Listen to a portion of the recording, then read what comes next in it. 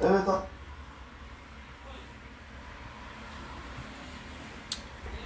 à toutes et bonsoir à tous. Merci de tous ceux qui viennent à peine de se connecter, hein. Merci de bien vouloir partager le live pour ceux qui se connectent à l'instant.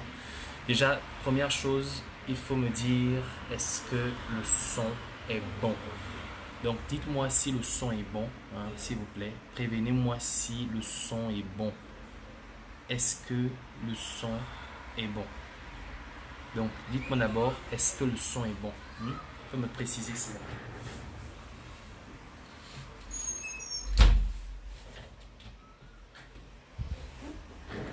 Voilà. Donc, merci de bien vouloir me préciser si le son est bon. Et bonsoir à toutes et encore bonsoir à tous. Partagez pour ceux qui peuvent bien partager. Envoyez en inbox comme toujours, vous savez le truc. Si le son est bon, merci, merci et merci. Voilà. Donc déjà, désolé hein, si je fais le live à cette heure-ci, c'est parce que justement, il y a Nicolas qui traite le même sujet sur sa page.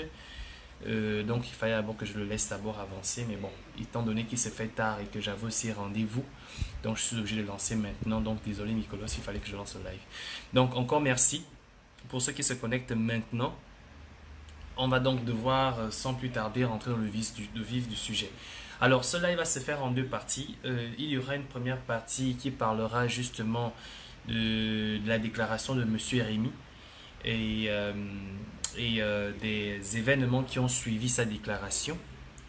Parce que je tiens à dire que tous ces sujets sont reliés. Donc la déclaration de Monsieur Rémy, des événements qui ont suivi cette déclaration, du soi-disant suicide hein, de Yol. Donc ces deux événements, nous allons les traiter en un seul parce qu'ils sont étroitement reliés.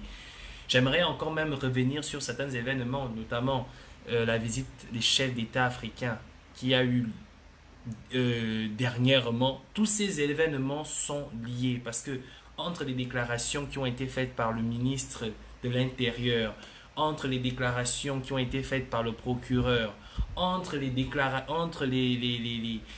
représailles et surtout entre le soi-disant crime, le soi-disant, comment vous avez appelé ça, le soi-disant suicide de Yold, tous ces événements, je tiens à le rappeler, je tiens à me répéter, sont tous intimement reliés. Et comment est-ce qu'ils sont reliés? C'est de ce dont nous allons parler aujourd'hui. Donc encore merci pour ceux qui se connectent à peine, mais surtout merci pour ceux qui vont partager ce live parce qu'il est vraiment important de le partager vu que l'objectif ici est que le message puisse être atteint, passé par tout le monde. Donc encore merci et merci surtout de bien vouloir partager le live. Alors donc sans plus tarder, nous allons suivre une série de vidéos. Je tiens à le dire, nous allons suivre une série de vidéos et au fur et à mesure, nous allons avancer dans notre analyse avant de tomber en dernière partie sur le suicide de Yol parce que c'est un événement qui est arrivé en dernière position. Donc sans plus tarder, nous allons commencer par la vidéo de la déclaration de Monsieur Jean-Rémy Yama que vous avez certainement déjà regardé, mais je tiens à la faire, à revenir là-dessus parce que ce sera un élément, ça fait partie de nos pièces à conviction, je vais dire ça comme ça dans notre live. Donc sans plus tarder, nous allons revenir sur la déclaration de Monsieur Rémy. Si vous me permettez, juste un instant que je retrouve cette déclaration. Permettez-moi un instant de revenir sur cette déclaration. Voilà. Donc, juste un instant que je la ressorte.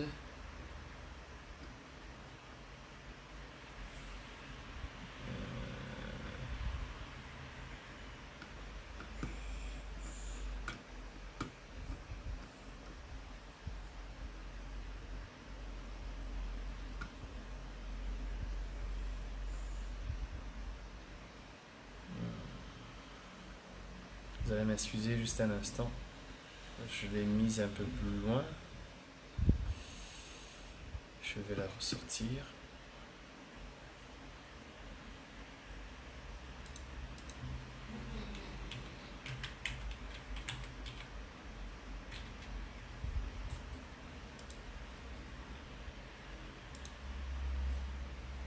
Merci de bien vouloir patienter, s'il vous plaît. Bien.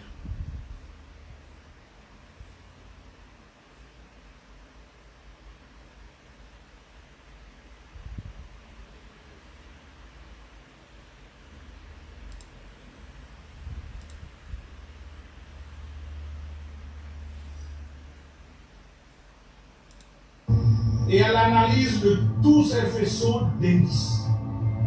La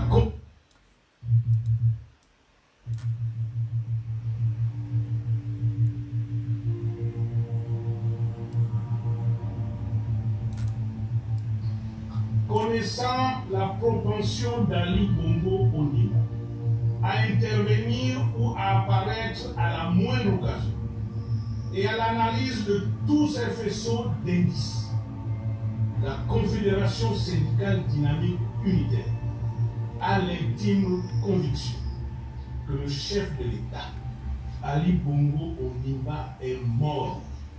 Il n'existe plus. La Confédération syndicale dynamique unitaire a l'intime conviction que le chef de l'État, Ali Bongo Ondimba, est mort. Il n'existe plus. Chers travailleurs, chers concitoyens, la Confédération syndicale dynamique unitaire a décidé de s'adresser solennellement à vous pour prendre date avec l'histoire de notre pays. D'aucuns, nos détracteurs notamment, trouveront que la Confédération syndicale dynamique unitaire est sortie de son champ d'activité qui est la défense des intérêts des travailleurs pour s'immiscer dans un domaine, selon eux, réservé aux partis et associations politiques.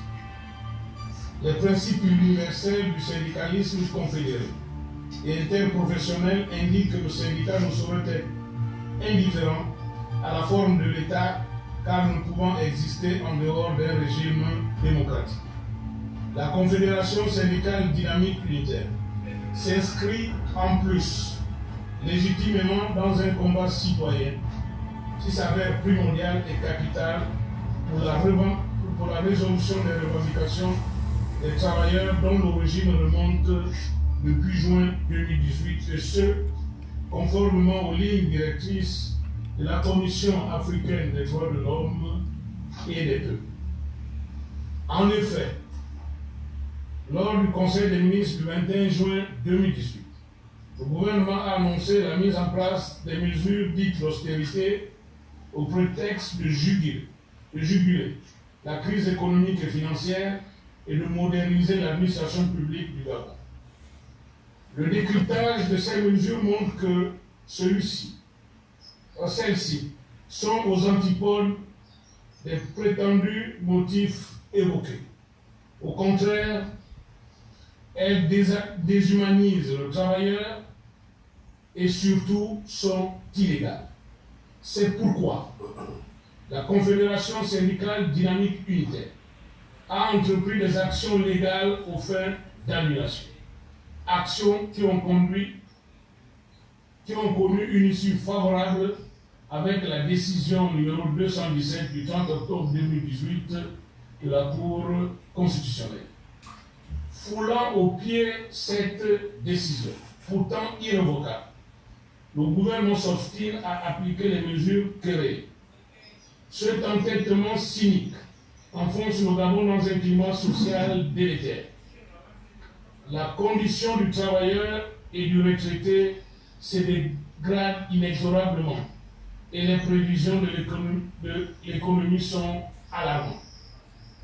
C'est le lieu ici de réitérer avec détermination que le monde du travail au Gabon est sinistré et ne présente aucun signe de lendemain meilleur. Travailleuses, travailleurs, chers concitoyens, la responsabilité de ce pourrissement incombe au gouvernement, détenteur d'un pouvoir sans pouvoir, surtout au regard de la situation inédite dans laquelle se trouve le Gabon depuis le 24 octobre 2018. En effet, la loi IMBA 2018 du 12 janvier 2018 portant révision de la Constitution de la République gabonaise consacre tous les leviers du pouvoir décisionnel au chef de l'État Ali Bongo Ondimba, seul interlocuteur privilégié des partenaires sociaux. Or, depuis cette date, après moult tergiversations et spéculations, la présidence de la République a reconnu que le chef de l'État Ali Bongo Ondimba a été victime d'un accident vasculaire cérébral ABC à Riyad en Arabie Saoudite. Depuis lors, le gouvernement tente, par des montages et vidéos grotesques, de convaincre les Gabonais qu'Ali Bongo Ondimba se porte très bien. Paradoxalement, Ali Bongo Ondimba est physiquement absent durant les événements majeurs ayant ponctué l'actualité politico-sociale du pays, qui commande pourtant une prise de parole publique et une présence physique au contact du peuple. En effet, c'est le cas de la proposition faite par Dynamique Unitaire, parcourue du 7 décembre 2018 à la présidente du Sénat, la mise en place d'une commission parlementaire majorité-opposition pour le rencontrer. La tentative du coup d'État du 7 janvier 2019, la demande d'audience du 4 avril 2019 faite par la Confédération syndicale dynamique unitaire de le rencontrer, l'incapacité du Premier ministre à répondre au préalable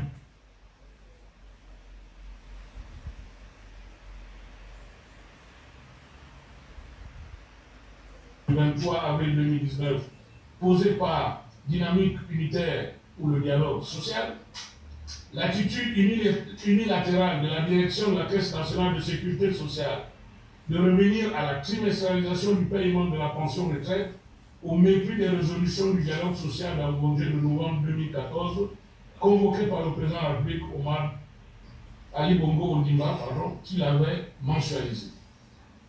L'incapacité du gouvernement à rétablir les salaires des agents de l'État illégalement suspendus depuis le pseudo-recensement de juillet 2018 et le paiement des arriérés dus. À ce constat d'absence d'Ali Bongo Ondimba avec le peuple s'ajoutent des conférences de presse iconoclastes à la présidence de la République de ses homologues chefs d'État africains qui les tiennent sans lui au sortir pourtant d'un entretien avec lui. Travailleuses, travailleurs, chers concitoyens, connaissant la propension d'Ali Bongo Ondimba à intervenir ou à apparaître à la moindre occasion et à l'analyse de tous ces faisceaux d'indices, la Confédération syndicale dynamique unitaire a l'intime conviction que le chef de l'État, Ali Bongo Ondimba, est mort. Il n'existe plus. Par conséquent, Dynamique unitaire se saisit en responsabilité dès ce jour d'ajouter à la revendication syndicale la revendication citoyenne en exigeant préalablement le déclenchement du mécanisme constitutionnel de la vacance du pouvoir. Voilà. Je crois que dans les termes et dans les mots présentés et signifiés comme l'ont été présentés et signifiés par Jean et Rémi, monsieur Rémi, je crois qu'il est clair, il est plus que clair pour tout un chacun que déjà cette annonce n'est pas nouvelle. D'accord ? Depuis le 24 octobre 2018 que nous avons commencé à mener cette campagne de restitution de la vérité au peuple gabonais sur l'état de santé d'Ali Bongo, à aujourd'hui, rien n'a changé. Sauf que on a voulu nous emmener dans des débats de distraction justement pour nous éloigner de cette vérité. Je tiens à dire aux uns aux autres que si seulement il y a vérité, que si seulement il y a sujet à débattre, que si seulement il y a interrogation à porter, c'est pur et simplement sur la mort d'Ali Bongo. Et ça, c'est clair. Nous avons tout fait pour emmener ceux qui ne croyaient pas à croire, à comprendre, et ceux qui ignoraient à prendre conscience. Ali Bongo est bel et bien mort. Je dis bien, Ali Bongo est bel et bien mort. Que le mécanisme constitutionnel mis à cet effet soit déclenché. Qu'il soit déclenché. Il en est pour la survie du Gabon. Il en est pour l'avenir du Gabon. Je crois que la situation où les gens veulent se comporter comme si ce pays était le leur à eux et non à tous les Gabonais doit prendre fin. On parle de la construction d'une nation. Le Gabon n'est pas un quartier. Le Gabon est un pays, c'est une nation. Et qui aspire à atteindre les hautes sphères de l'émergence, de l'excellence. Oui, l'Afrique a un souci. Le problème de l'Afrique, nous le connaissons tous. Mais je pense que le problème africain commencera par se résoudre si nous commençons déjà individuellement à prendre conscience que notre pays est une nation. Une nation. Un État.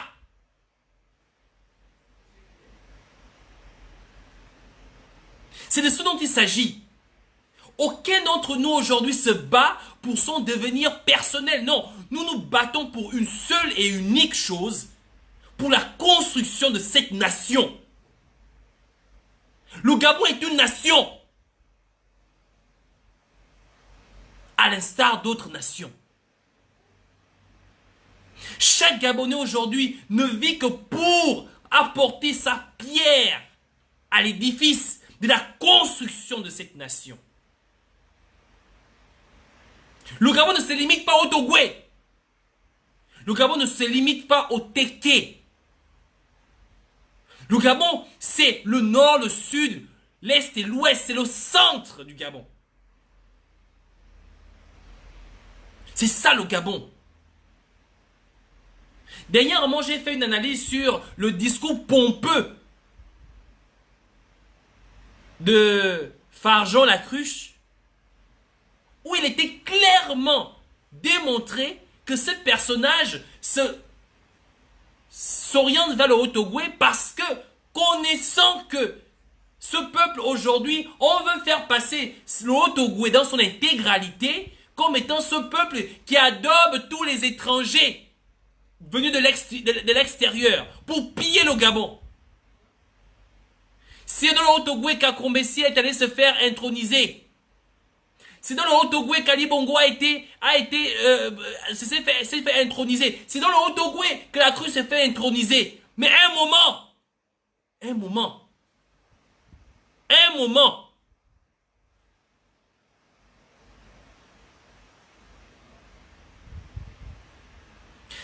sans plus tarder, après le message de M. Rémy, nous allons écouter ensemble la réaction du ministre de l'Intérieur. Et là, ça devient encore plus intéressant. Vous allez comprendre en fait, au mieux, pourquoi les chefs d'État africains sont venus récemment à Libreville à tour de rôle. Parce qu'il est clair, et très clair, dans la prise de parole du ministre de l'Intérieur, qui au passage, franchement, j'ai compris finalement que Mbumbu Mouyakou est vraiment maudit. Maudit. Hein? Maudit. Au lieu de te préoccuper à quel point ton père est maudit, tu vas raconter des histoires à la télévision. On regarde ensemble le fils de Mbumbu Mouyakou, le deuxième, pas celui avec Marie-Madeleine Morantsou. Je vous parle du deuxième fils de Mbumbu Mouyakou. Tous les enfants de Mbumbu Mouyakou sont maudits. Maudits. Juste les voix déjà physiquement, tu sens que les enfants là sont maudits. Tous maudits. On écoute ensemble ce qu'il a à nous dire. Et on revient juste après. Le 2 juillet 2019, Monsieur Jean-Rémy Yama, président de Dynamique Unitaire, a fait une déclaration dans la presse en affirmant que cette confédération syndicale avait l'intime conviction que Monsieur le Président de la République, chef de l'État, son Excellence Ali Bongo Ondimba, est mort. Une telle déclaration, sans aucun fondement de la part de ce responsable syndical, dénote, une fois de plus et une fois de trop, une volonté manifeste de créer le trouble et la confusion dans l'esprit des populations. Elle vise, par ailleurs, a suscité une certaine psychose auprès de nos partenaires au développement et incidemment a affecté l'environnement des affaires, l'ordre public et la cohésion sociale. Les objectifs ainsi poursuivis du fait de ces propos mensongers ne cadrent nullement avec les missions dévolues aux organisations syndicales, à savoir défendre les intérêts moraux et matériels de leurs adhérents. Il est d'ailleurs curieux de constater que cette déclaration intervient au moment où M. le Président de la République, chef de l'État, son Excellence Ali Bongo Ondimba, soucieux du bien-être de ses compatriotes, a, lors de son dernier discours à la nation du 8 juin 2019, instruit le gouvernement de la République à prendre des mesures fortes en vue d'améliorer considérablement leurs conditions de vie et de travail. Autrement dit, le fonctionnement régulier des institutions de la République n'est en rien entamé. En témoigne l'agenda de travail particulièrement chargé ces derniers temps de son Excellence, Monsieur le Président de la République, chef de l'État, Ali Bongo Ondimba. Tout en affirmant l'engagement de notre pays à garantir la liberté syndicale et la libre expression, il n'en demeure pas moins que celles-ci sont légalement encadrées. L'attitude ainsi affichée par M. Jean-Rémy Yama l'expose à des poursuites pénales pour propagation de fausses nouvelles. Le gouvernement de la République, garant du maintien de l'ordre public et de la paix sociale, condamne avec fermeté cette volonté manifeste de défier l'autorité de l'État. Il tient à rassurer la communauté nationale et internationale du fonctionnement normal des institutions de la République. Aussi, le gouvernement invite-t-il les populations à plus de vigilance quant aux agissements de certains compatriotes au destin inavoué qui appellent à la désobéissance civile et qui menacent au quotidien notre vivre ensemble. Il les exhorte à vaquer sereinement à leurs occupations. Enfin, le gouvernement rappelle qu'il ne saurait laisser perdurer de tels actes. Les auteurs seront poursuivis et la loi sera appliquée avec la plus grande rigueur. Je vous remercie. Bien.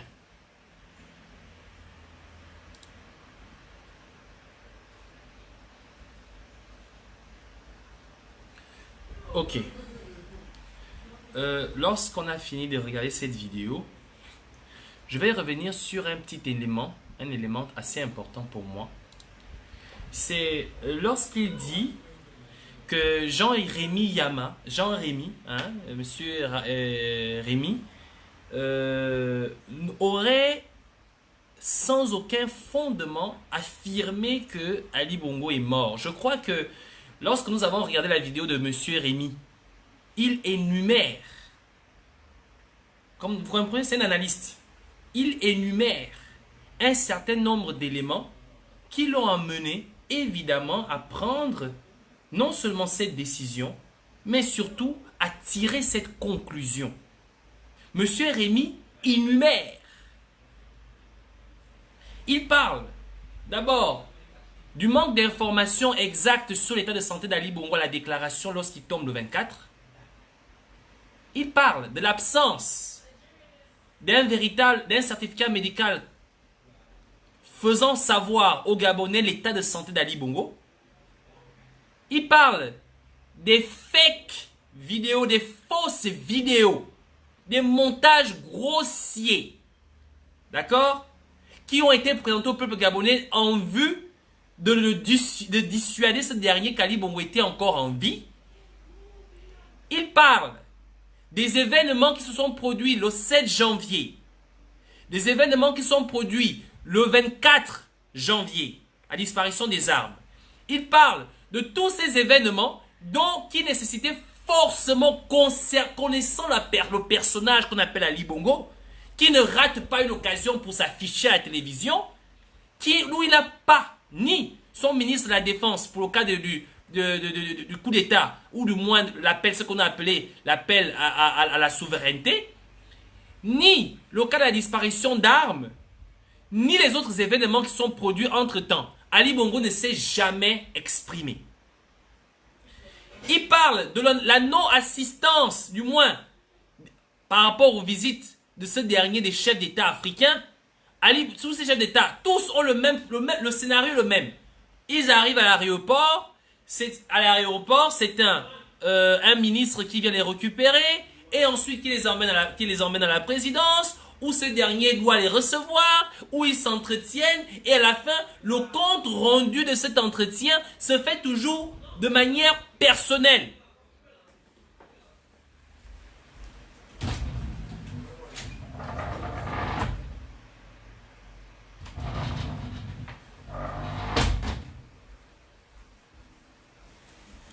De manière personnelle.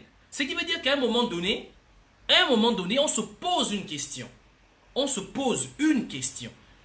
Qu'est-ce qui est plus important pour ces personnes-là? Qu'est-ce qui est plus important pour ces personnes-là? Maintenir le peuple dans le mensonge, piller le pays, ou avoir un véritable désir de reconstruction de cet État? C'est la raison pour laquelle M. Rémi Yama a pris l'initiative de dire la vérité aux Gabonais. Cette vérité que j'attends tant que ces personnes la disent, que j'attends tant que Jean Ping puisse le dire au peuple gabonais. Nous tous, nous savons qu'Ali Bongo est mort. Il n'y a personne qui en doute. Personne ne doute la mort d'Ali Bongo. Nous n'attendons pas que le gouvernement reconnaisse qu'Ali Bongo est mort, puisque tout le monde sait qu'Ali Bongo est mort. Ali Bongo est bel et bien mort. Tout le monde le sait.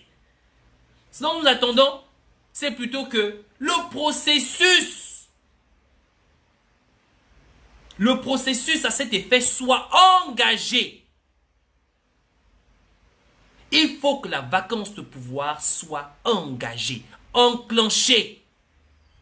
Il en est tout simplement pour le bien-être de notre État, le bien-être de notre nation. Nous n'attendons rien de vous. Nous voulons simplement que les Gabonais puissent ensemble reconstruire cette nation. Construire, même pas reconstruire, parce qu'elle n'a jamais été construite. Mais qu'est-ce qu'on fait en outre? Qu'est-ce qu'on fait entre-temps? Au lieu de faire ce qui est nécessaire à faire, on organise des tueries. Et c'est là où nous allons tomber sur le deuxième volet de notre live. Nous allons parler de Frédéric Bongo. Effectivement, qu'est-ce qui se passe pour le cas de Frédéric Bongo? Je tiens à dire aux uns aux autres ceci.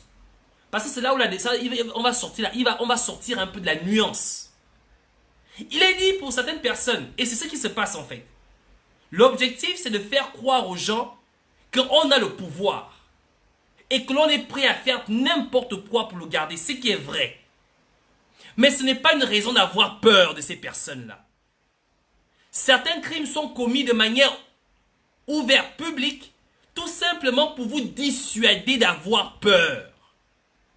J'aimerais vous dire une chose. Les Bongo ou Frédéric Bongo et Kuna vont vous décimer si vous restez dans la peur.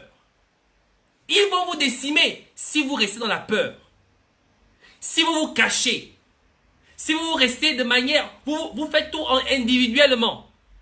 Parce que ce qui est arrivé à Yol. Yol a été tué parce qu'il s'affolait. Parce qu'il cherchait à quitter le territoire quand il a appris que son nom figurait dans une liste des personnes qui devaient disparaître. Yol en sait trop sur Frédéric. Yol en sait trop sur les opérations d'assassinat entre 2016 et 2018. Il en savait trop. Et ce n'est pas le seul. Lorsque je revenais après mon absence qui a duré quasiment 2 mois sur les réseaux sociaux, j'avais fait un live où je disais ceci. Je revenais spécifiquement pour Frédéric Bongo. Mais surtout, mais encore, je venais je revenais pour Marie-Madeleine Boronzo, mais surtout pour Kuna, en passant par la cruche Alianga. Le cas de Marie-Madeleine Boronzo est réglé. C'est fini. Marie-Madeleine, c'est fini. Je vous informe que Marie Amana, c'est fini. Elle ne reviendra plus. Certainement qu'on nous sortira son image encore parce que parfait à parler. Mais je vous dis que Marie-Madeleine Boronzo, c'est fini. Le cauchemar Marie-Madeleine, la pute internationale et nationale Marie-Madeleine Boronzo, c'est fini. Vous ne la reverrez plus. C'est fini. Mais néanmoins, il nous reste une personne aussi dangereuse, aussi dangereuse que toutes. Il y a Kuna et il y a Frédéric Bongo, sans oublier le pion de Farjon. Farjon, c'est la France. Farjon gagne en rassurant la France qu'il peut se maintenir, il peut se mettre au pouvoir, il peut il peut prendre le pouvoir au Gabon et garantir leurs intérêts. Il est dans le processus de convaincre la France de pouvoir le soutenir. Il est dans le processus de prouver à la France que c'est l'homme de la situation. Et une oligarchie altogovéenne s'est visiblement organisée à pouvoir l'adouber au détriment d'autres qui malheureusement vont voir leur pouvoir disparaître. Parmi ces personnes, il y a Ali Akbar et Oyiba et d'autres personnes. Je me tiens à rappeler aux uns aux autres que j'ai fait un live dernièrement où Farjon dit ceci, avant de revenir sur Frédéric Bongo. Il faut bien que je vous parle de ça parce que tous ces éléments sont liés. On va réécouter ensemble le discours de Farjon, mais surtout une partie importante. Je vais essayer de retrouver ce discours et vous inviter à l'écouter. Un instant, s'il vous plaît.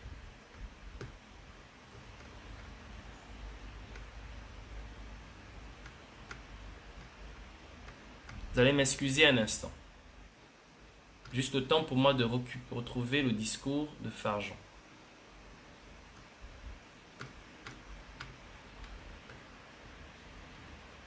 Bref.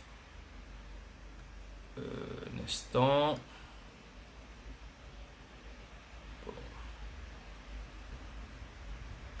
Bon, si je ne le retrouve pas, c'est pas grave.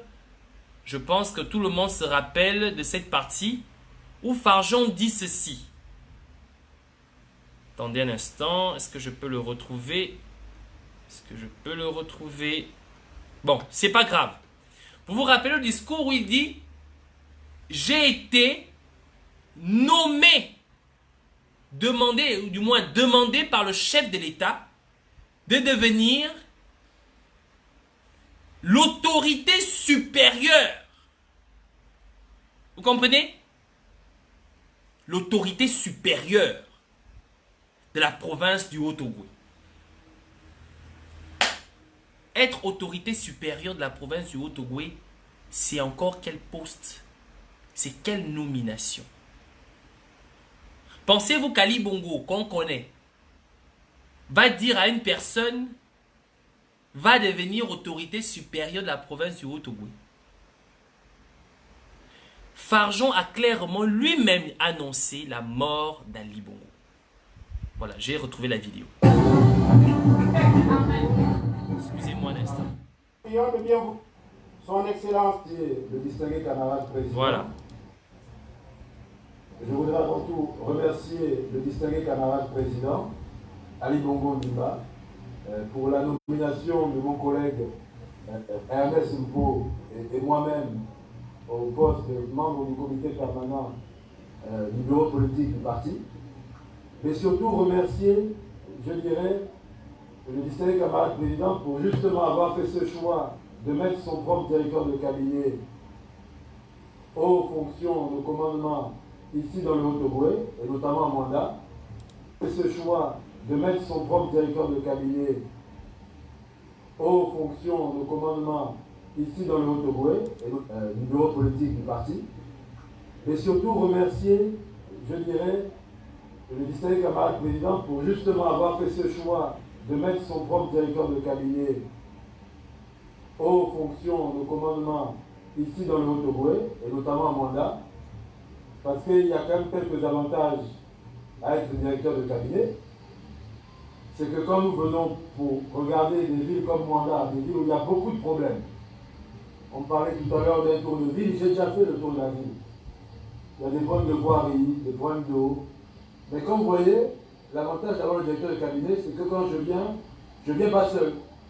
Je viens avec des gens pour amener des solutions. Alors je suis désolé parce qu'il va être très indexé, mais je suis venu avec le ministre de l'eau et de l'électricité. Il est là. Donc, lui, quand je l'amène, je l'ai dit ailleurs, nous revenons à la fin du mois d'août. Donc, d'ici le mois d'août, il doit prendre son sac et puis venir régler les problèmes d'eau et d'électricité à Mwanda.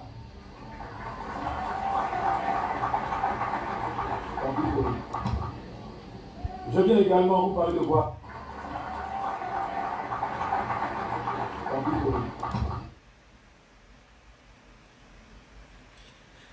J'ai fait déjà le live sur cette analyse, notamment lorsqu'il s'annonce comme étant haut représentant, chef du commandement, d'accord, de la province du Haut-Ogooué. J'ai fait l'analyse dans l'hésitation lorsqu'il prend la parole. Mais il y a encore un élément qui est important. C'est que lorsque Farjon annonce que le ministre de l'eau et l'électricité prendra son sac d'ici le 6 août, fin août, pour régler le problème d'eau et d'électricité, en principe, c'est parce qu'ils sont dans un processus de pré-campagne, premièrement. Mais il y a une chose qui est intéressante que Farjon dit. Et ça, vous devriez comprendre. C'est là que vous allez comprendre que cet homme s'est déjà substitué au chef de l'État. Et vous devez aussi comprendre que c'est lui-même qui annonce officiellement la mort d'Ali Bongo. Par excès de zèle. Excès de zèle. Écoutez bien. Écoutez bien la parole, la petite parole que Farjon sort au moment où il annonce les travaux que viendra faire le ministre de l'eau et de l'énergie. Écoutez la parole qu'il annonce. Écoutez vous-même. La petite parole d'excès de zèle. Revenons à la fin du mois d'août. Donc d'ici le mois d'août, il doit prendre son sac et puis venir régler les problèmes d'eau et d'électricité à Mwanda.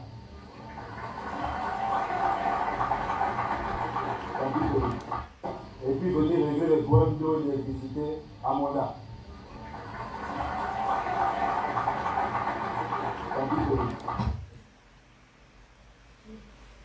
Tant pis pour lui. Vous avez compris?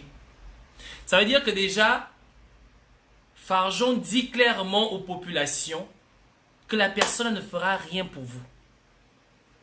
Tout dépendra de moi.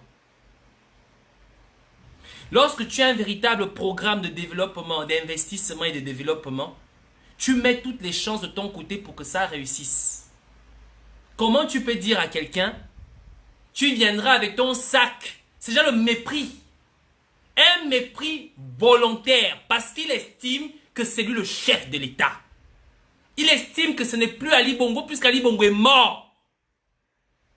Il s'est autoproclamé haut représentant du Haut-Ogooué, non, haut représentant commandant en chef du Haut-Ogooué. Il estime pas le commandant du Gabon. Hein. La cruche ne viendra pas faire ça au Yem. Il ne viendra pas faire ça à Port-Gentil. Il ne fera ça qu'au Haut-Ogooué. Il dit que c'est lui qui vous commande. Et il dit ceci. J'enverrai un pion, un larbin, pour vous faire croire que je suis désormais la personne qui peut régler vos problèmes. Il va s'arranger à prendre son sac pour venir régler vos problèmes. S'il ne le fait pas, tant pis pour lui.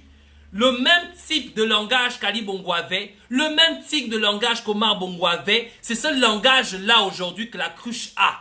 La cruche vous annonce officiellement qu'Ali Bongo est mort.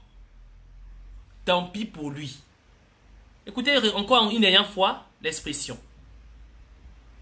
Écoutez encore. Et puis venir régler les problèmes d'eau et d'électricité à Moda.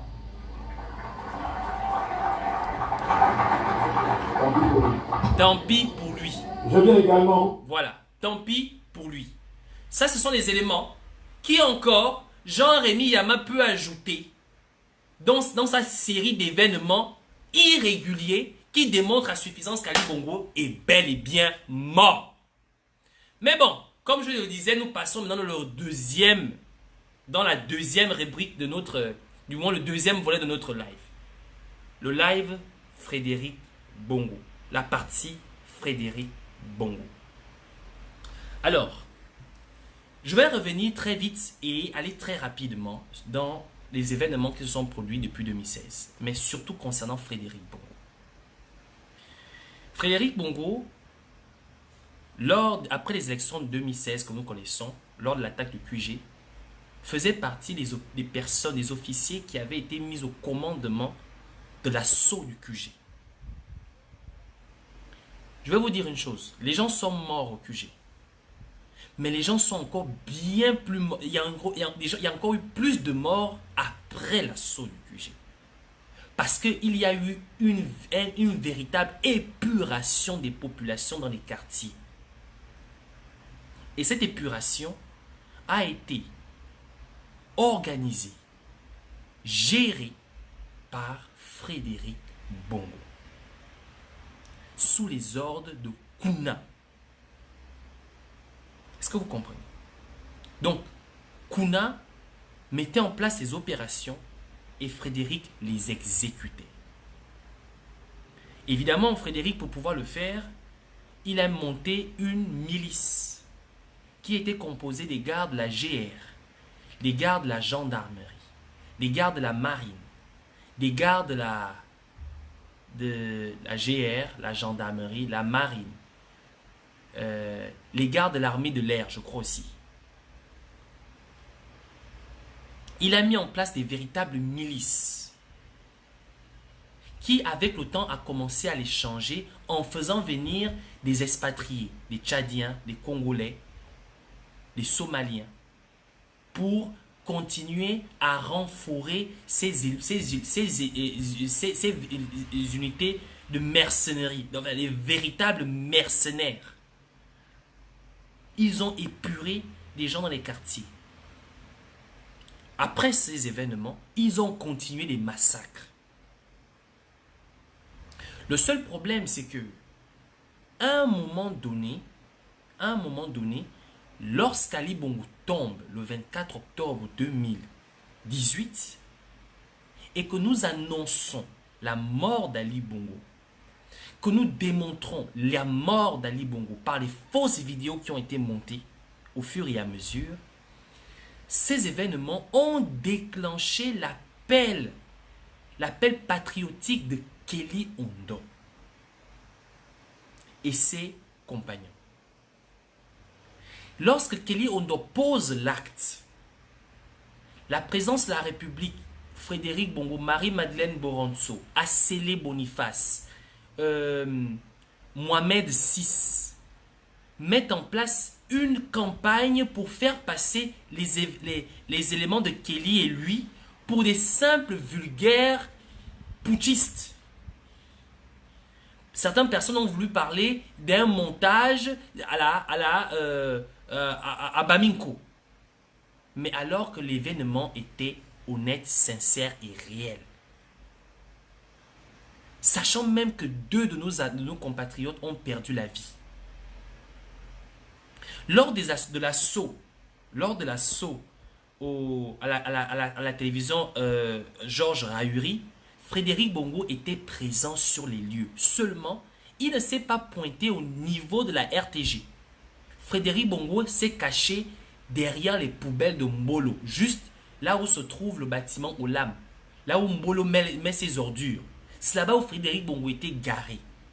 Avec lui, il y avait des officiers français, du moins les officiers d'instruction française, de la GR, et certains membres, et son garde, et là ça devient intéressant, son garde rapproché. Parce que je tiens à rappeler aux uns aux autres que Yold était l'un des gardes rapprochés de Frédéric Bongo. Il était avec lui.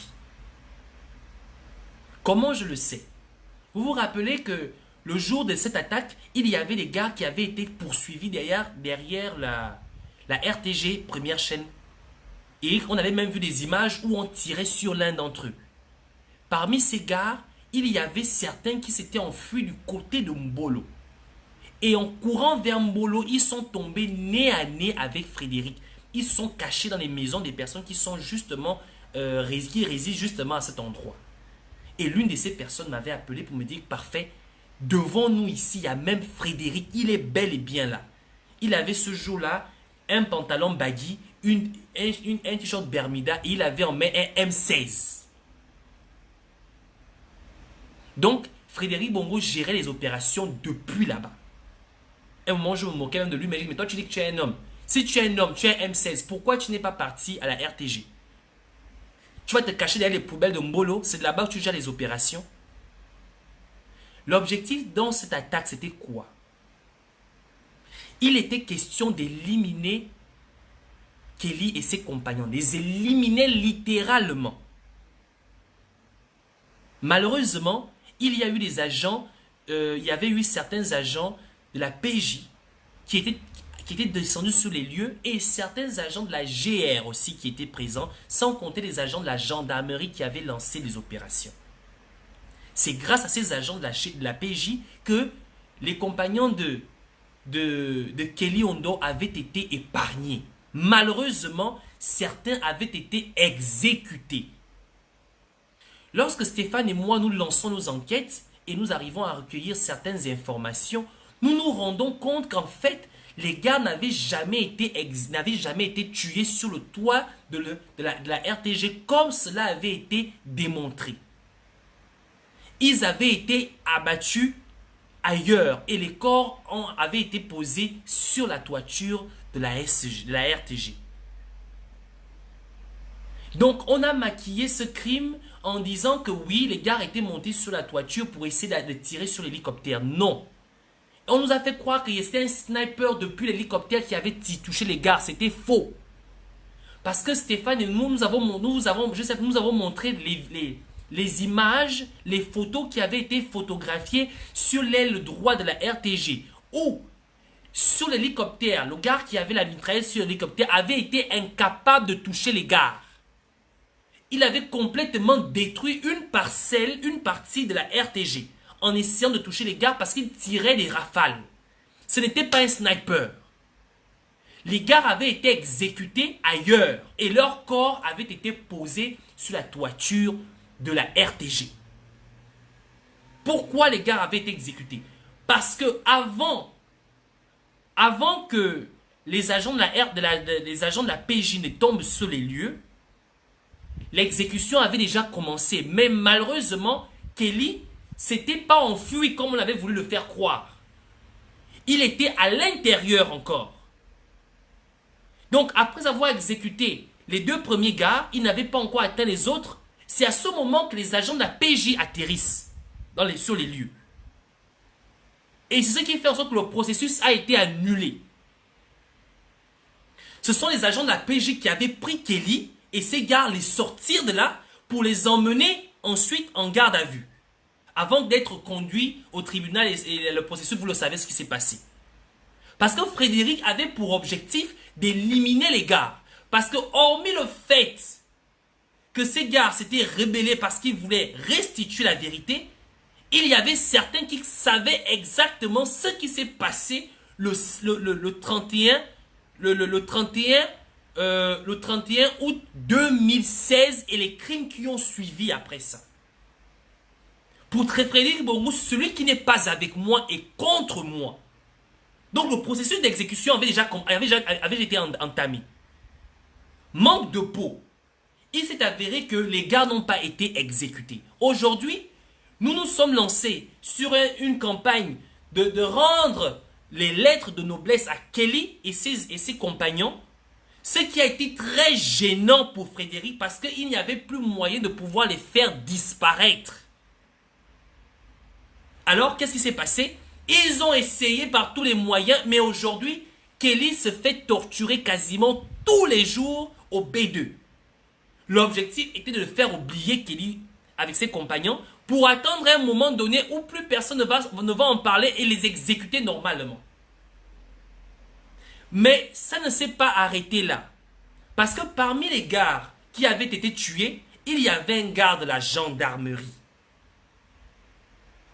Et parmi ces gardes de la gendarmerie, il y a des gens au niveau de la gendarmerie qui n'ont pas apprécié.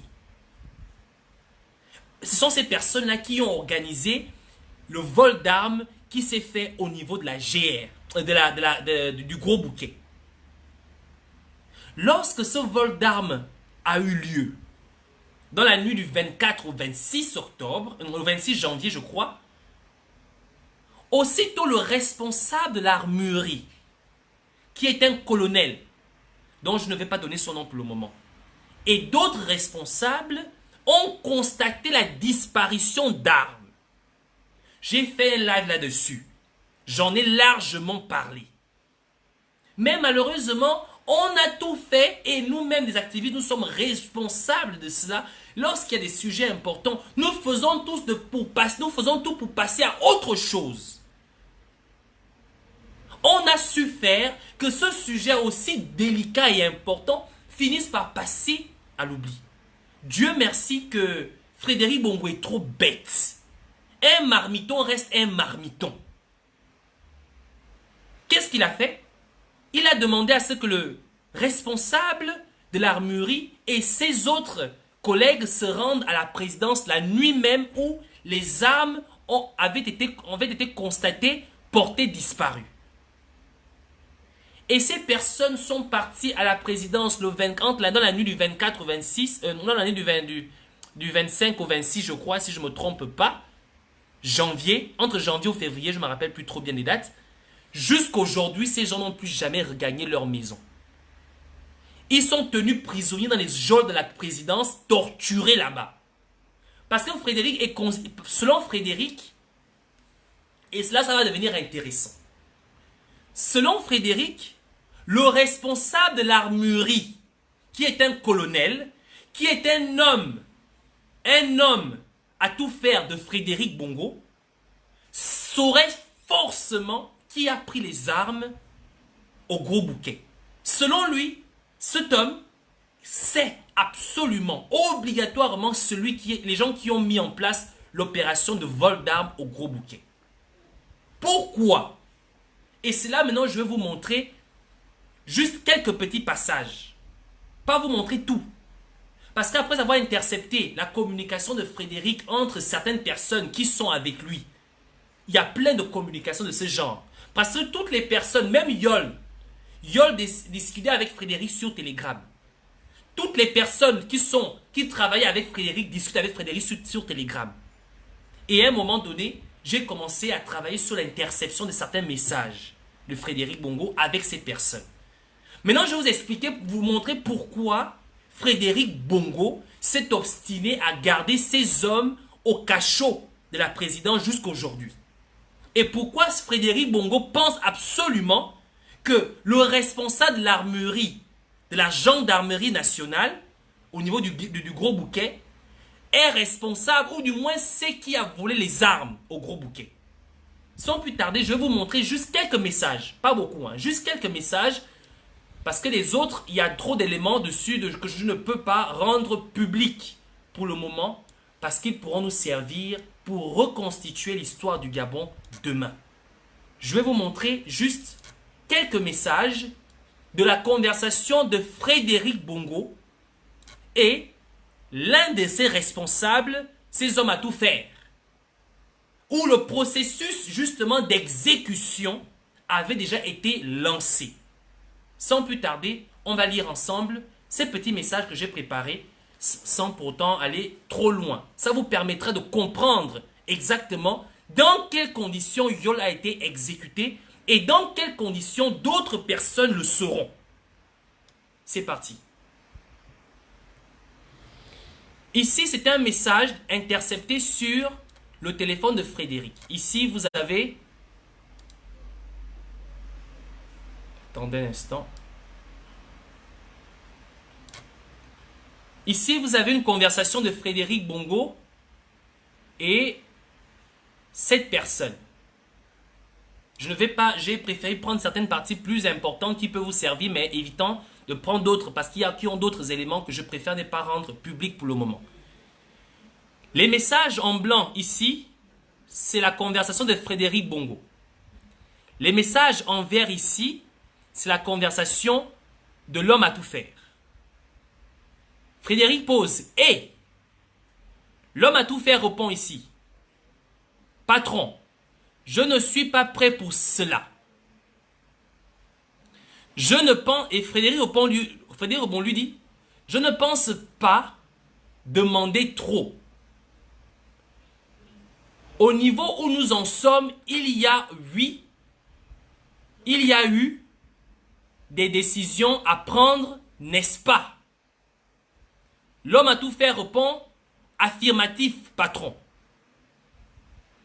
Mais pourquoi opposer une résistance? C'est Frédéric qui pose la question. L'homme à tout faire répond « Avec tout le respect que je vous dois, je ne pense pas être qualifié pour ce type d'opération. » Frédéric Bongo repose la question. Ce qui signifie, l'homme répond en disant Mandam Gena, Malonda GR. Mais délicate est la marine nationale patron. Mandam Gena, ici il s'agit des éléments de la gendarmerie dont Frédéric veut faire exécuter. Malonda GR, les éléments de la GR dont Frédéric veut faire exécuter. Mais délicat est la marine nationale. Donc les éléments de la marine nationale aussi que Frédéric veut faire exécuter. Ça éveillera des inquiétudes solides de toutes les personnes impliquées, patron. Frédéric répond, je demande un règlement définitif du problème. Je voudrais que tous ceux qui ont participé, il s'agit en fait de tous ceux qui ont participé au massacre et aux opérations qui ont eu lieu entre 2016 et 2018. Les affirmations, j'ai d'autres éléments que je ne présenterai pas aujourd'hui. Ensuite, Frédéric Bongo l'a envoyé un audio.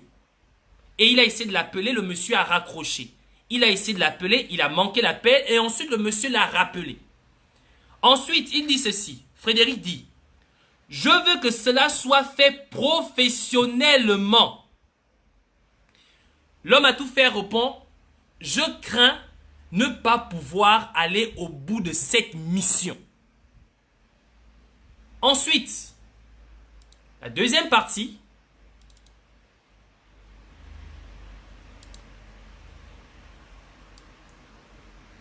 La deuxième partie,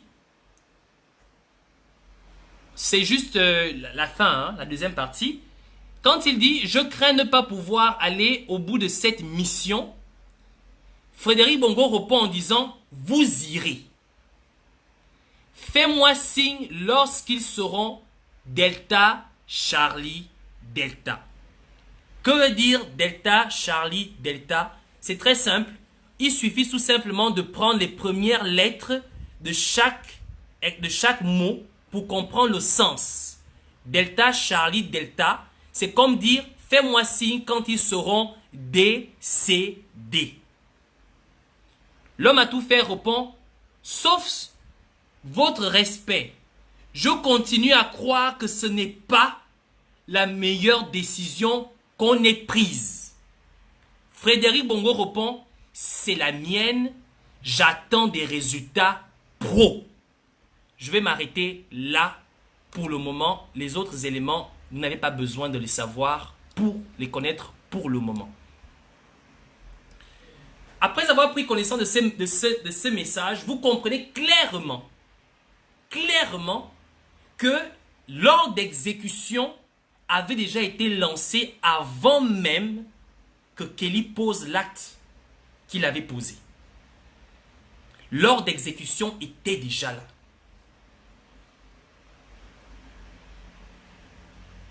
L'ordre d'exécution était déjà là. Et parmi ces exécutions, vous rappelez-vous de l'officier qui était décédé au pont Nomba, soi-disant accident. Dans la liste des personnes exécutées, son nom, ou des personnes qui doivent être exécutées, son nom y figure. Yold, qui a été exécuté hier, son nom y figurait. Il est dedans. Et d'autres. Donc, il est clair. Qu'est-ce qui emmène à Frédéric à poser ce type d'acte? Qu'est-ce qui l'emmène à pouvoir le faire? Frédéric et la cruche ne s'entendent pas. Si la France venait à donner la cruche le pouvoir, la première personne que la cruche va désactiver, c'est Frédéric Bongo. Est-ce que vous comprenez? C'est Frédéric Bongo. Mais, entre la cruche et Frédéric Bongo, il y a un homme qu'on appelle Kouna. Kouna, Frédéric ne joue pas avec lui. Ce qui est sûr, c'est que si jamais Frédéric laisse une trace qui peut relier les opérations qui entre 2016 et 2018, Kouna va l'exécuter directement. C'est-à-dire que si Kouna se rend compte que Frédéric veut le doubler, il l'exécute automatiquement. Parce que ce qui est sûr et certain, c'est que si Kouna veut faire disparaître Frédéric, il le fait proprement. Et Kouna ne joue pas avec Frédéric. Et donc Frédéric a intérêt à faire le ménage absolument avant que votre histoire de vacances de pouvoir ne soit déclarée. Parce qu'elle va être déclarée. Et Frédéric est dans le processus de faire le nettoyage avant que cela ne se fasse. Le temps court contre lui. Alors, qu'est-ce qui se passe?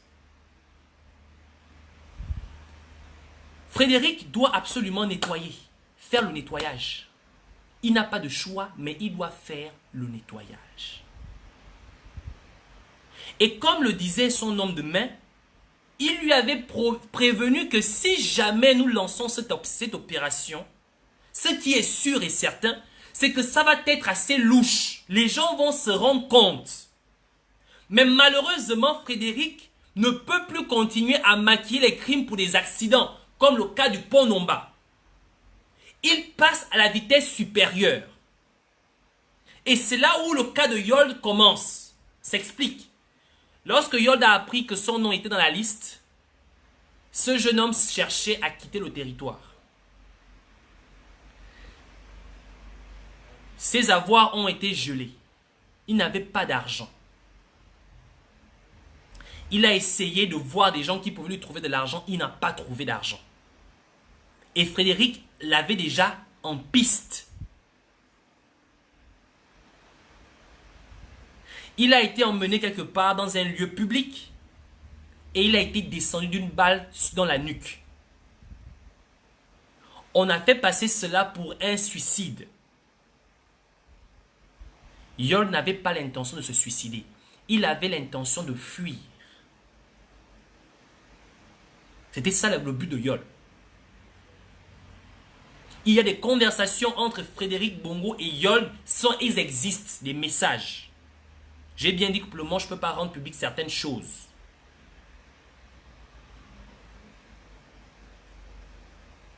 Donc, après avoir vu ça, le ministre de l'Intérieur qui vient s'en prendre à M. Yama, le ministre de l'Intérieur qui s'en prend à M. Yama, le ministre de la Défense, les soldats gabonais, les officiers supérieurs gabonais. Dites-moi que demain matin, vous allez vous lever. Vous allez prêter serment de défendre le Gabon contre toute attaque. Vous allez partir au travail, faire comme si rien n'était. Vous allez partir au travail, faire comme si rien n'était. Comme s'il ne s'est jamais rien produit. Rien. Pour ceux qui ont peur, j'aimerais vous dire une chose. La personne qui a plus peur de vous que vous, c'est Frédéric. Frédéric a peur de Kuna. La bête noire de Frédéric, c'est Kuna. Il faut qu'il fasse le ménage avant que Kuna ne l'exécute lui.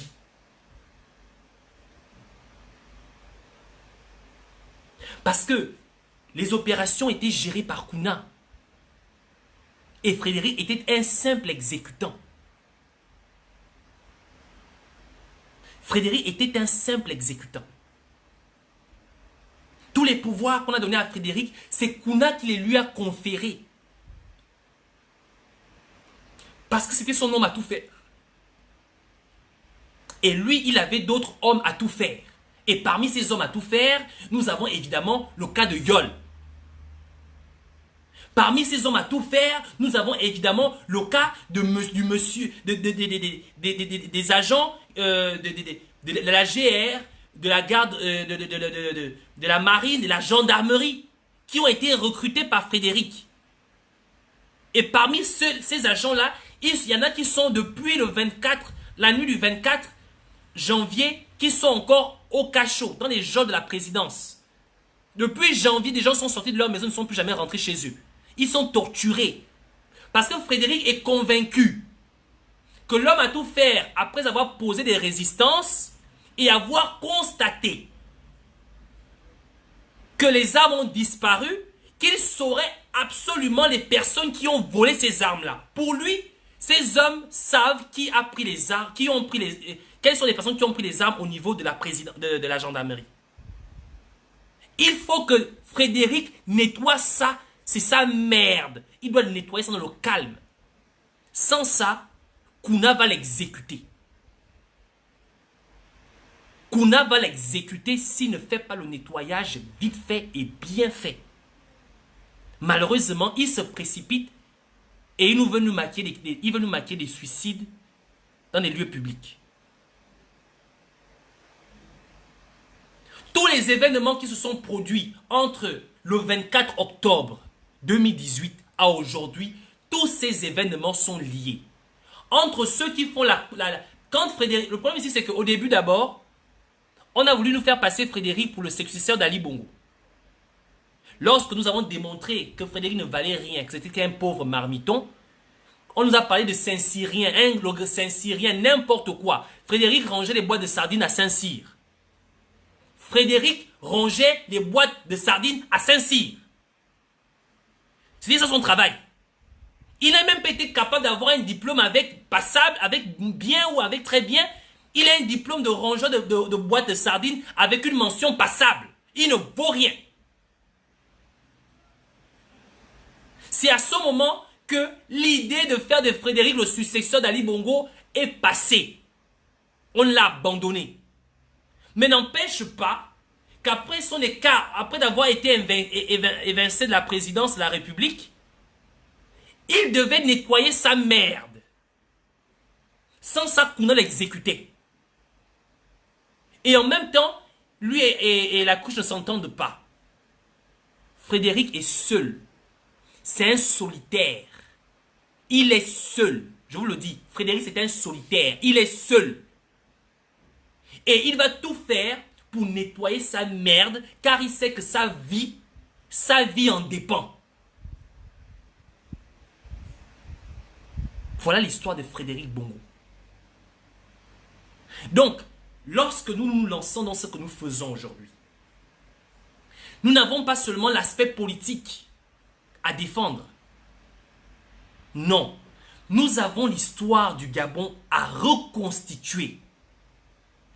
Chacun des activistes que nous sommes a pour objectif de préserver le droit à la vérité aux Gabonais. La reconstruction ou la construction du Gabon passera inévitablement par ça. Les personnes qui ont été tuées le 31 août 2016, dont les parents jusqu'à aujourd'hui n'ont pas retrouvé les corps, Des corps ont été incinérés. Des corps ont été incinérés. Des corps ont été brûlés. Il faut que l'on restitue l'histoire aux Gabonais. Notre combat ne se limite pas qu'à dénoncer. Nous devrions préserver certaines choses. Voilà pourquoi j'explique aux gens qu'il y a certains éléments qui ne seront su que lorsque le pouvoir sera pris par le peuple gabonais. Nous avons le devoir de préserver cela. Il y a trop d'éléments. Massar n'est pas loin de ça. Il y a certaines opérations où Massar a signé. Massar n'est pas loin. Il est là-dedans. Paco Moubele, il est dedans. Au moment venu, le peuple gabonais prendra connaissance de cette histoire. Maintenant, moi, je vais poser une question. Je vais poser une question aux soi-disant hommes politiques altogovéens. Je vais vous poser une question. D'homme à homme.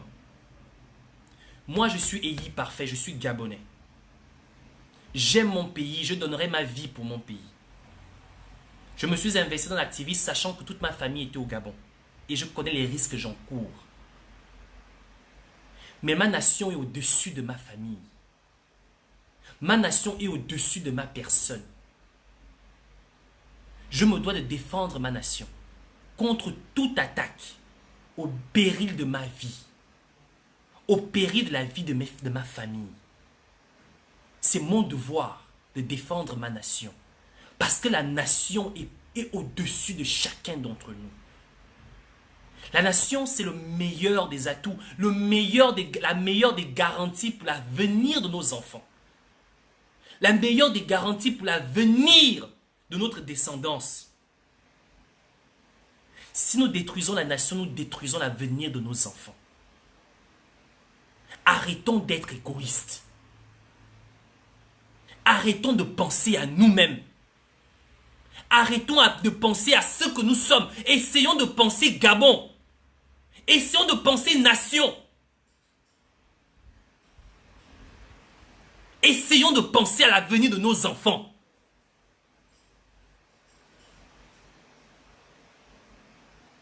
Tous les pays où vous allez dépenser votre argent, tous ces pays ont connu ces moments-là. Des gens sont morts. La France, 1500 personnes sont mortes au cours de la Révolution française. La guerre de sécession, encore plus. Aujourd'hui, ce sont des pays qui prétendent être des modèles de démocratie. Vous, qu'est-ce que vous allez faire? Vous allez faire du touriste là-bas. Vous allez acheter le linge là-bas, les chaussures là-bas. Vous envoyez vos enfants apprendre là-bas, vous vous soignez là-bas.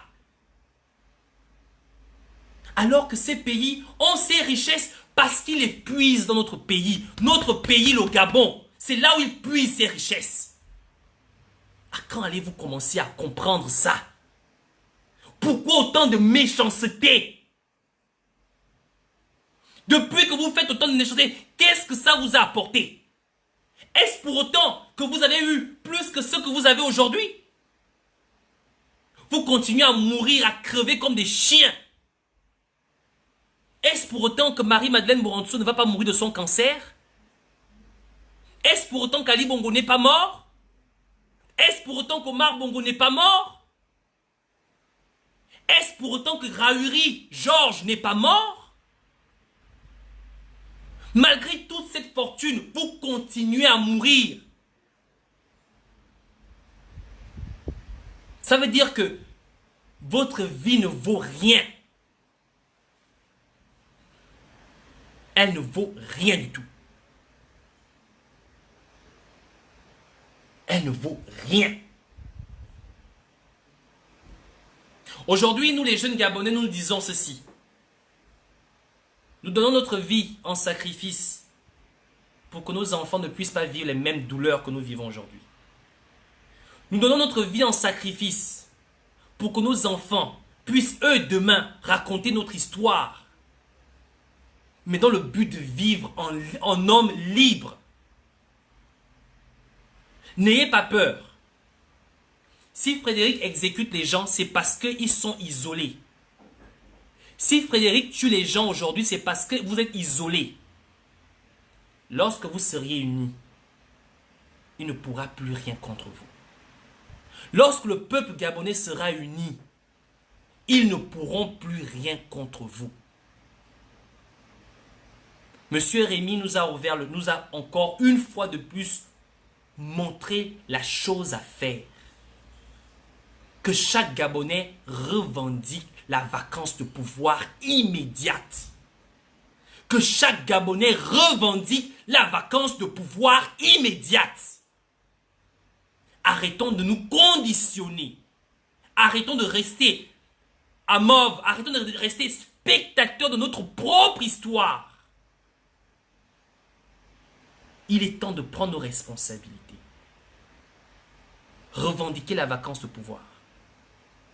Homme du Haut-Ogooué qui maintenez ce pouvoir encore parce que vous pensez qu'à vous. Pensez à l'avenir du Gabon. Pensez au Gabon après vous.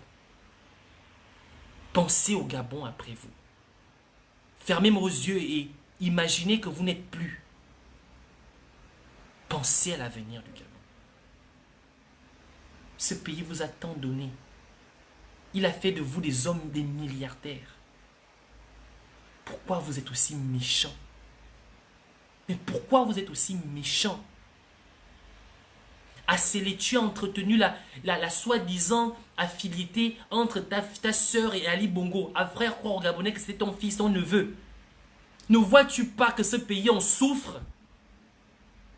Patience Dabani, tu as menti au Gabonais que Ali Bongo était ton fils. Ne vois-tu pas que ce pays en souffre? Je ne parle pas de la cruche. Je ne parle pas de Sylvia Bongo, la pute nationale. Mais je vous parle de vous les Gabonais, vous. Assélé, tu es Gabonais.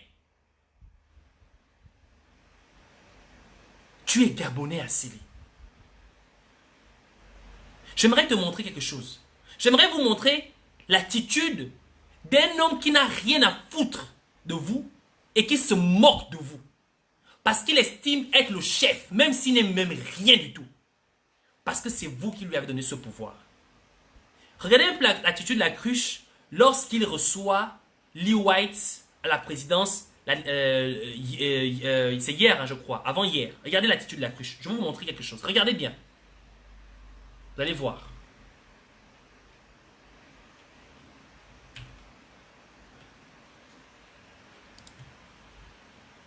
Je vais vous montrer quelque chose. Je ne sais pas si ça va choquer, ça vous a choqué, mais moi ça m'a choqué. Ça m'a blessé dans mon être. Regardez un peu l'attitude de la cruche.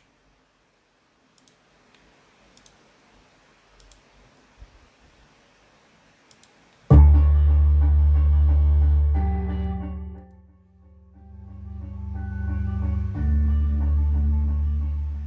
président de la République m'a reçu pour faire un petit point.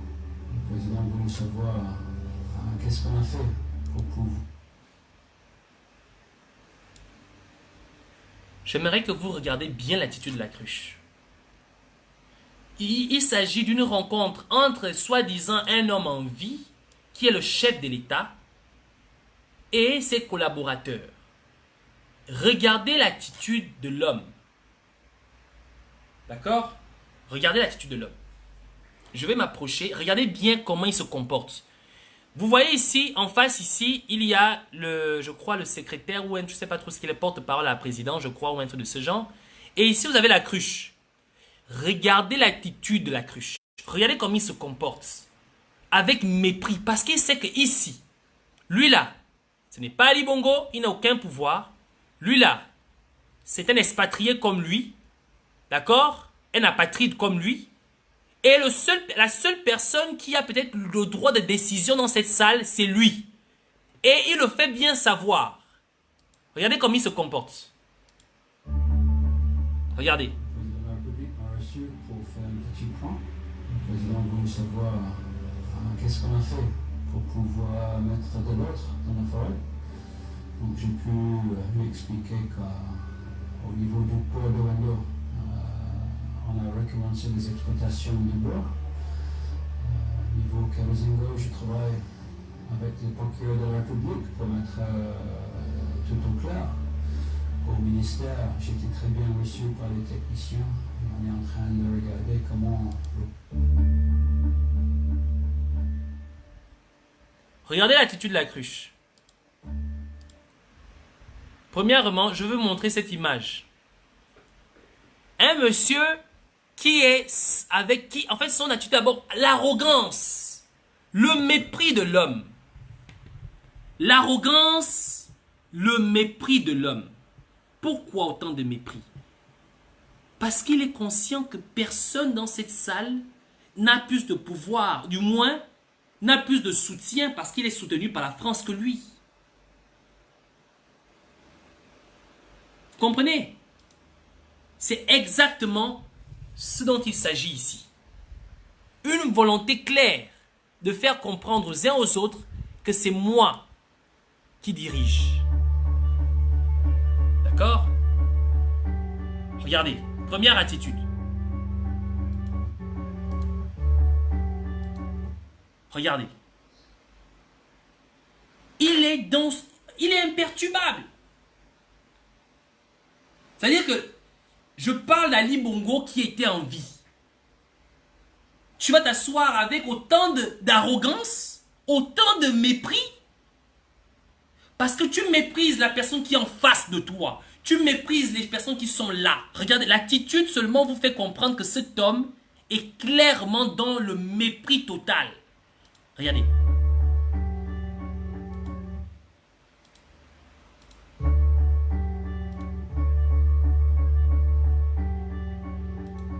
Mépris total. Mépris total. Mépris total. Il n'a rien à foutre. Il n'a même pas un élément pour prendre des notes. Le directeur de cabinet reçoit les collaborateurs en présence du soi-disant président. Il n'a même pas un élément pour prendre des notes. Mais regardez ce qui va se passer. Lui n'a pas d'élément pour prendre des notes parce que lui sait qu'il n'a de comptes à rendre à personne. Maintenant, regardez ce qui se passe ensuite. Lui, il est arrivé, il pense avoir des comptes à rendre à quelqu'un. Il a son bloc-notes avec lui. Hein. Regardez ensuite.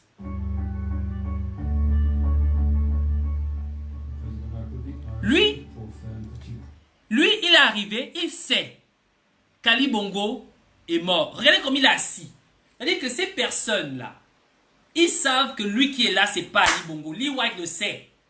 Et il le fait bien savoir. Regarde, il est assis, il est confortablement assis.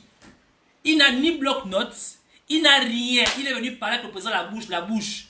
Regardez, en fait, ils sont fous, quoi. Le mec, il n'a rien à foutre. Parce qu'il sait que ce n'est pas Ali Bongo. Il sait qu'il il tient le secret et que ça le profite. Ça lui profite autant pour moi. Il le sait. Il est assis peinard. Peinard. Il rigole. Il est peinardement assis. Regardez. Regardez. Il n'a même pas un bloc-notes. Même pas un dossier. Même pas un document. Rien du tout. Il est venu rendre compte au président de la République. Il n'a rien. Il n'a rien à foutre. Parce que il sait que c'est la Grande-Bretagne. C'est la France. On sait, nous on connaît la vérité. Quel est le compte? Il n'a aucun compte à rendre. Il s'en fout. Il n'a pas de bloc-notes. Il n'a rien. Il n'a même pas de secrétaire avec lui. Mais regardez ce qui se passe ensuite. Voilà. Regardez. La cruche, mépris total. Il s'en fout. Mépris total. Mépris total. Vous voyez les étrangers. Le comportement des étrangers dans notre pays est tout simplement là pour nous humilier. Tout simplement là pour nous ridiculiser. Et nous sommes ridiculisés. la présidence de la République, la maison du peuple, ce qui nous représente, ce pourquoi nous nous battons, est souillé. Souillé, souillé, comme vous le voyez là. Par des petits branleurs venant de Marseille, par des petits branleurs venant de la Grande-Bretagne. La cruche, c'est qui à Marseille? Il vaut quoi à Marseille? Un petit brigand, un repris de justice. Et Gabon, Altogovéen, la présidence de la République, notre maison, notre maison. Regardez, regardez comment on souille notre maison, regardez. Regardez. Regardez comme il est. Regardez comme il est. Regardez-le. Regardez-le, regardez-le. Mépris total. Mépris total. Il s'en fout.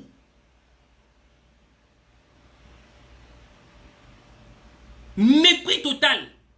Regardez l'autre maboule qui est assis. Regardez l'autre maboule.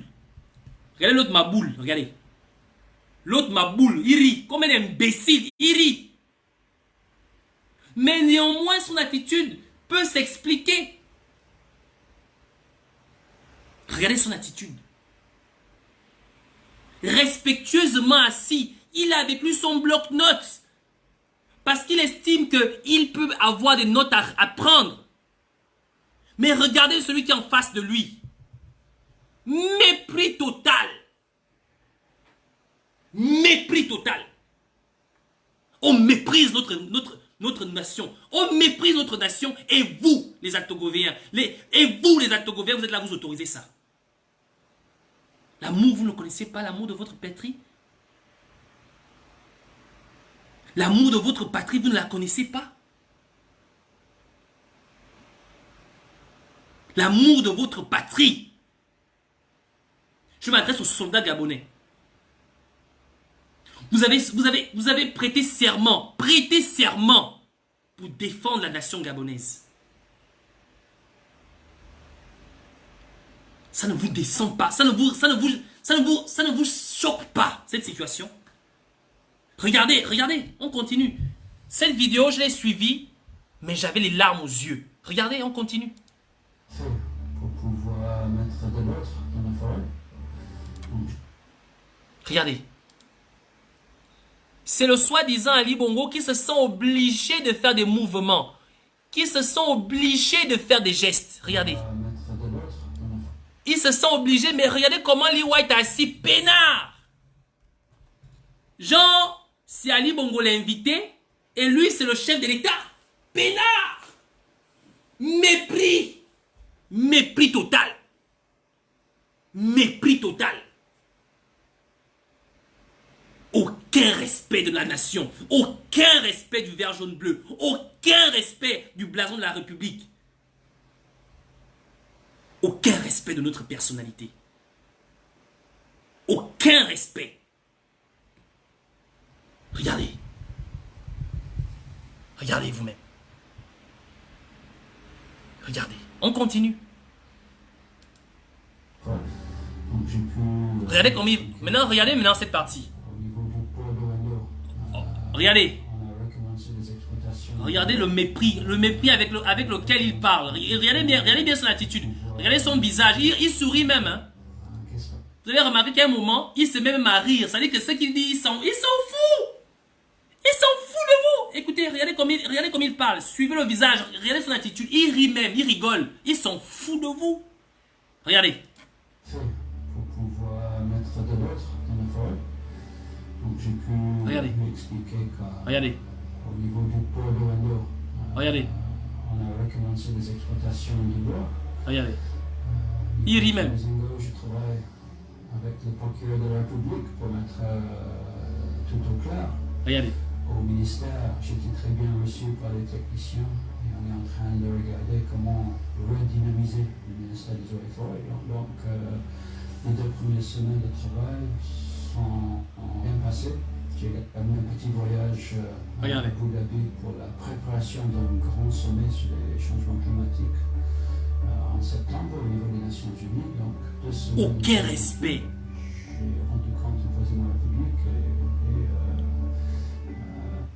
le travail est bien lancé. Maintenant, regardez l'autre pantin. Il a au moins, vous allez voir, vous avez vu la différence? Cet imbécile là, cet imbécile là, lui au moins, qu'est-ce qu'il a? Il a son calepin pour prendre des notes, il a ses dossiers. Au moins, donner l'impression que j'ai rencontré au moins le chef de l'État. On a vu la cruche Fargon, il n'a rien à noter. Le ministre qui est allé au sommet, qui doit prendre des instructions du chef de l'État, il n'a rien à noter. L'imbécile de service gabonais de son État, attitude normale, mais des vrais imbéciles. Tu te rends compte quand tu te fais prendre par l'arrière par d'autres personnes, voilà l'attitude. Il a son calepin, il a ses dossiers. Il vient travailler. Mais on se fout de vous. On se fout de vous. Regardez. Maintenant, regardez la fin de cette vidéo. La fin, non, sur la fin. Regardez. L'imbécile. Regardez Fargon. Regardez Fargon. La même attitude. Respect, mépris total de l'individu. En fait, on a l'impression que c'est à lui qu'on rend les comptes. C'est pas qu'on a l'impression, c'est à lui qu'on rend les comptes. Parce qu'il se sent tout puissant, parce qu'adobé par la France. Regardez-le. Mépris total du peuple gabonais. Regardez l'imbécile qui est en face de lui. Regardez. Un Mongol. Plus bête que cet enfant-là, je ne sais pas. Plus bête. C'est-à-dire que quand tu as pris le sperme dans ta tête toute la journée, voilà ce que ça donne. Mais il a quand même l'attitude. Il a des dossiers. Il a de quoi noter. Mais Fargon, regardez Fargon. Fargon. Mépris. Parce qu'il n'a rien à foutre. Pourquoi Ali Bongo était en vie, Fargon pouvait se comporter comme ça? Mépris total. Et c'est ça le Gabon d'aujourd'hui. On continue. Maintenant, la partie qui est intéressante, c'est cette partie. Vous allez comprendre quelque chose de très intéressant. Dans cette balade, l'attitude, c'est comme si c'est Fargon qui vous faisait le tour du propriétaire. La présidence, c'est à lui et vous êtes ses invités. Genre, c'est lui qui fait le tour du propriétaire aux gens. Regardez. C'est lui qui fait le tour du propriétaire. Regardez. C'est lui qui fait le tour du propriétaire. Voilà. Voilà comment moi j'ai regardé cette vidéo. Voilà les éléments que j'ai ressortis dans cette vidéo. Et j'aimerais juste dire ceci. Au peuple gabonais. Aux personnes qui aiment le Gabon. Aux personnes qui veulent voir le pays sortir de la situation dans laquelle il est. S'il vous plaît. C'est notre nation. C'est notre pays. Nous n'avons pas de pays de rechange. Nous n'avons pas d'autre terre. Nous n'avons rien d'autre que ça. C'est tout ce qui nous reste. C'est tout ce qui nous reste. Nous nous battons pour ça. Nous nous battons rien que pour ça. Et c'est légitime. C'est légal. Pourquoi vous nous faites ça? Pourquoi? Voilà ce que j'avais à vous dire aujourd'hui. Voilà ce que j'avais à vous présenter aujourd'hui. Je demanderai à ceux qui doivent prendre des décisions, ceux qui doivent engager certaines situations, de le faire sans hésitation, de le faire pour le bien-être de notre pays, pour le devenir de nos enfants. Chacun d'entre nous est un acteur pour la réussite de cette opération, pour la libération du Gabon. Je continuerai à taper sur Jean Ping tant qu'il ne prend pas ses responsabilités. Et rien ni personne ne va m'empêcher de le faire. Rien ni personne. Je dis bien. Et toute personne qui viendra se mettre sur mon chemin, je vais passer sur lui comme un grenier. Et ça, c'est clair. Toute personne qui viendra se mettre entre moi et les responsables ou les personnes qui peuvent lancer, enclencher des situations au Gabon, je vais passer sur vous comme un grenier. Donc ça, c'est ce que je devrais mettre en garde à toutes les personnes qui vont oser encore venir me faire des leçons de morale sur ce que je suis en train de faire. Bon, je n'avais pas prévu de faire la parole aux auditeurs, mais je vois qu'il y a des gens qui veulent intervenir. Je vérifie s'il y a des gens qui veulent vraiment intervenir ou ce sont des erreurs. Donc, je ne sais pas, Sylvain, il y a Jean Honoré qui veut intervenir. Jean Honoré, je te donne la parole. Je ne sais pas si tu voulais intervenir, mais je n'avais pas prévu de faire parole aux auditeurs. Mais tu as la parole.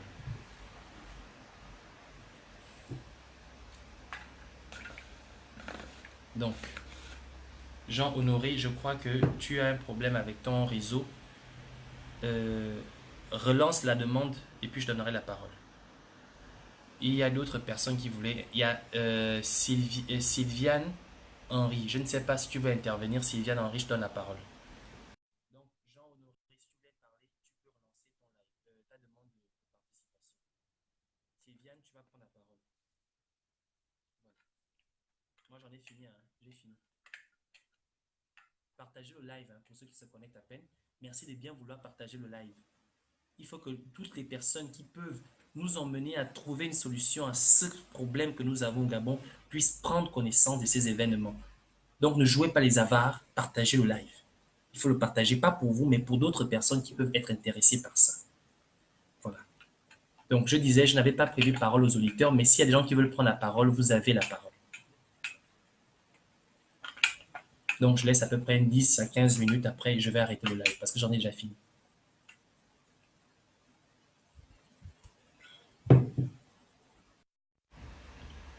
Bon.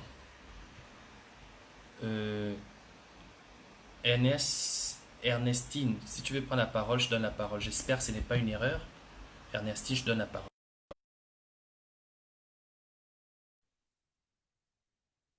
Donc, si personne ne prend la parole, je vais arrêter le live.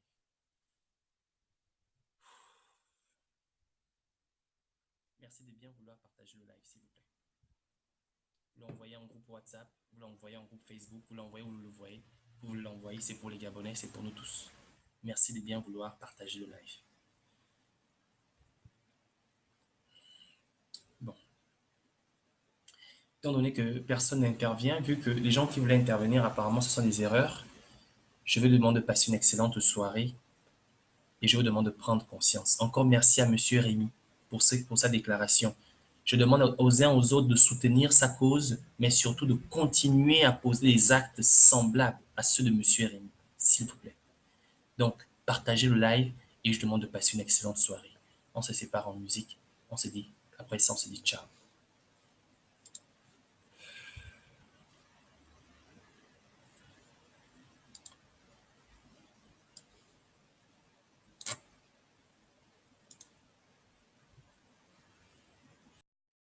这个 Starbucks 的 Which